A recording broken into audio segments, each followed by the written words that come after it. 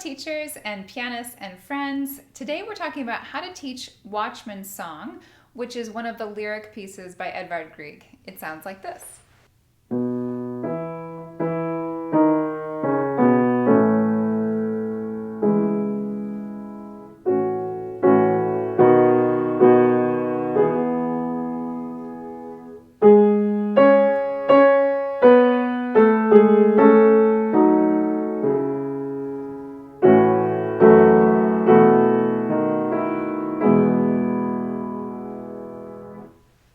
If we haven't met before, my name is Jana Williamson, and welcome to my home piano studio in the suburbs of Chicago. This is such a great piece, as are so many of Grieg's lyric pieces, and I want to say thank you to Nicola Canton over at Vibrant Music Teaching for suggesting this piece for a video. If you have a piece that you would like me to cover, please leave a comment below and let me know. And if you have a favorite of the lyric pieces, please leave a comment. I'd love to know which one is your favorite. There are 66 in total in 10 different volumes that Grieg wrote over the course of many years. So this is from Op.12, which is the first group. It's number 3, and he wrote these in 1867. So they are very solidly in the middle of that 19th century, romantic sense. Many of the ones he wrote at the end are much, much later, like 1901. So it's a really interesting group of pieces. There's about a dozen that get played regularly by students. So today I'm actually looking at this in the complete lyric pieces Henley. I ordered this a while ago, and it's a really great resource for looking through everything.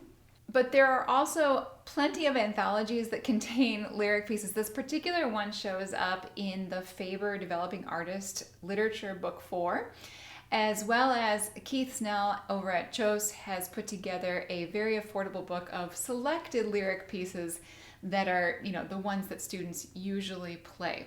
So again, if you have a favorite lyric piece, or if you have another one that you'd like me to talk about, I realized when I was preparing this video I haven't done any Grieg, and that is a terrible tragedy. So I'm happy to talk about this one today.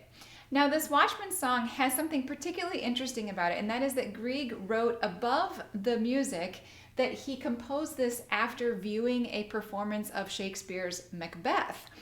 And in Shakespeare's play of Macbeth, the Watchman, or the porter, is a comic relief character. He's the guard, the night guard for Macbeth's castle, but he is a funny character that is a heavy drinker and all that kind of thing. And so this piece doesn't quite seem to fit.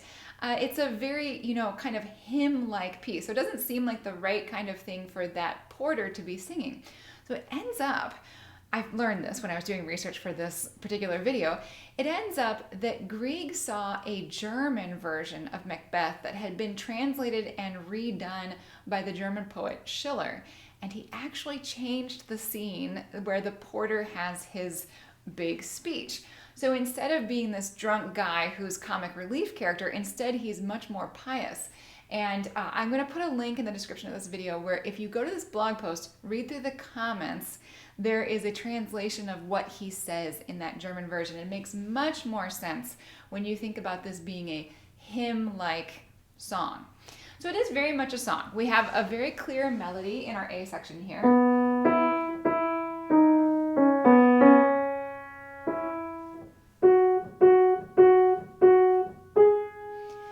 And it does have a decently big range, just a little bit over an octave, but it's totally in a singable range. Anything that you would consider like a standard female vocal range, or if you drop the octave, a standard male range, this is completely singable. So I would suggest that you do some sort of singing with your students. If you have very creative types, I would have them probably write some lyrics, or at the very least just humming along, because it's a song. So we want to have some sort of idea that this is in a singing style and should be sung. It's a song-like feel at the piano. As pianists, we're always imitating singers or other instrumentalists in getting a beautiful phrased line and beautiful legato, which we are frankly fighting a losing battle because we're playing a percussion instrument here. So students always need to be encouraged to think in those beautiful phrases like a singer, like a beautiful clarinet player, something along those lines. Okay, So what do our students actually need to know to learn this piece?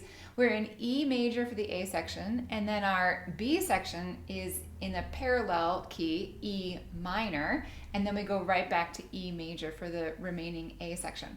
This is a classic Grieg trademark to do just a simple A, B, A.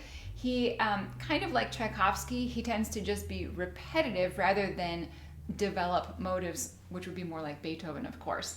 So in Grieg pieces for students, that's one of the reasons they are really well liked and good for teaching, is that they are repetitive and you don't have a lot of very complex development going on.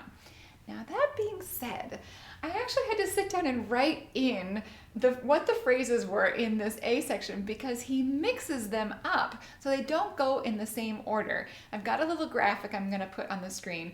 For the first A section, we have the A theme, what I'm calling the A theme. Then we have the B theme.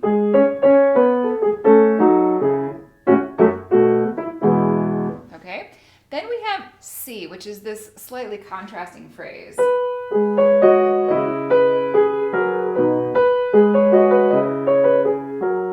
And of course, I'm playing this faster than you would actually play it, just so we can talk about the themes. Okay, then it goes back to A, but it changes a little bit. It ends on an E major chord, a little bit differently than what it did the first time.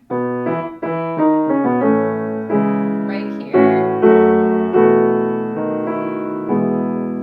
Then you play C again, and then you play that A1 theme again. So it's A, B, A1 or A prime, whatever you want to call it, C, A1 again.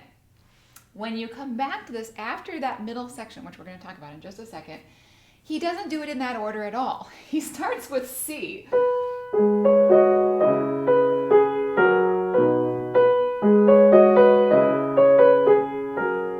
And then we have a different, again, A section.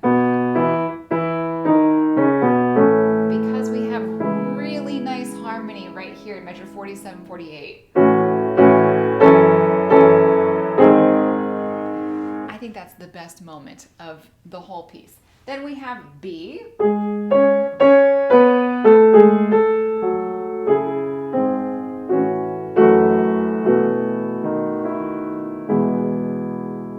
And there is one additional note in that final B section. I'm looking at measure 49,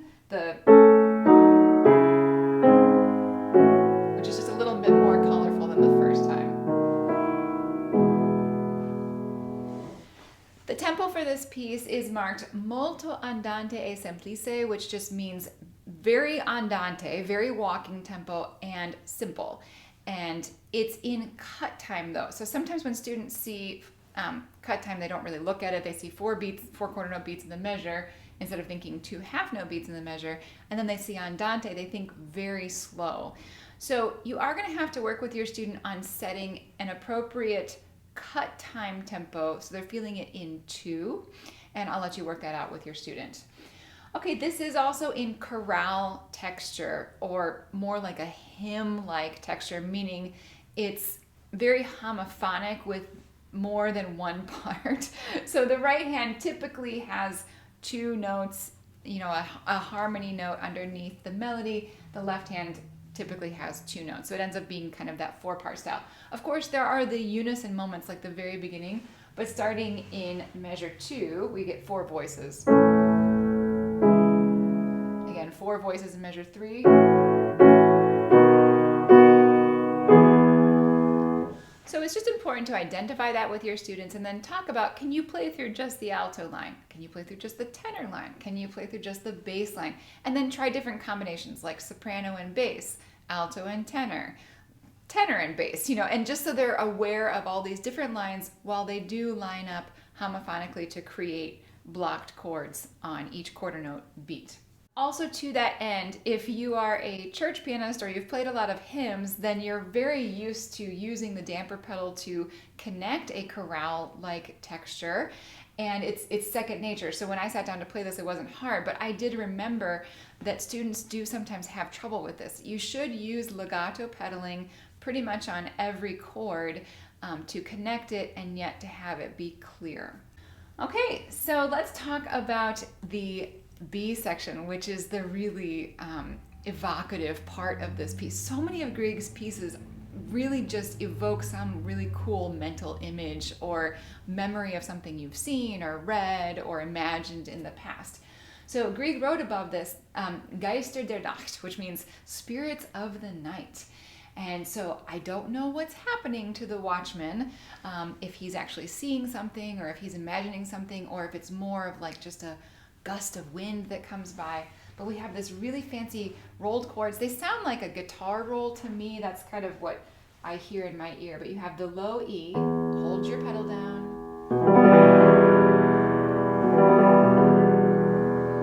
And then later on it's F major. Now because it's so many notes in that very quick roll, it is hard to make them pianissimo, which is what Grieg wrote. So you can definitely do some una corda pedal there to give that mysterious color and quiet down the volume a little bit. But it's worth noting in this section that most students don't know how to count this. So I would probably have them count first in 4, just while they're learning it. So it's 1, 2, and 3, 4, and 1, 2, 3, 4, 1, and 2, 1, 2, 3, 4. And yes, that is a triplet at the end of measure 26. So it's 1, 2, 3, 4, 4, and 1. Hopefully at this level your student has already done a lot of work on subdividing in 2 versus 3, but if you've watched any of my videos, you know that's a big thing for me, that they need to be able to just very easily switch back and forth from those subdivisions. Now, once you actually are playing this, first of all, it needs to be faster because we're still in cut time, and you can't have this feel like a rhythm exercise because it's supposed to be this very evocative spirits of the night moment. So it's okay if some of those longer waiting times are not exactly metronomic. I do think once you play this part, that should be rhythmically appropriately measured out. But if you listen to a lot of recordings of this, you'll hear some flexibility in this section for time, and I think that's totally appropriate.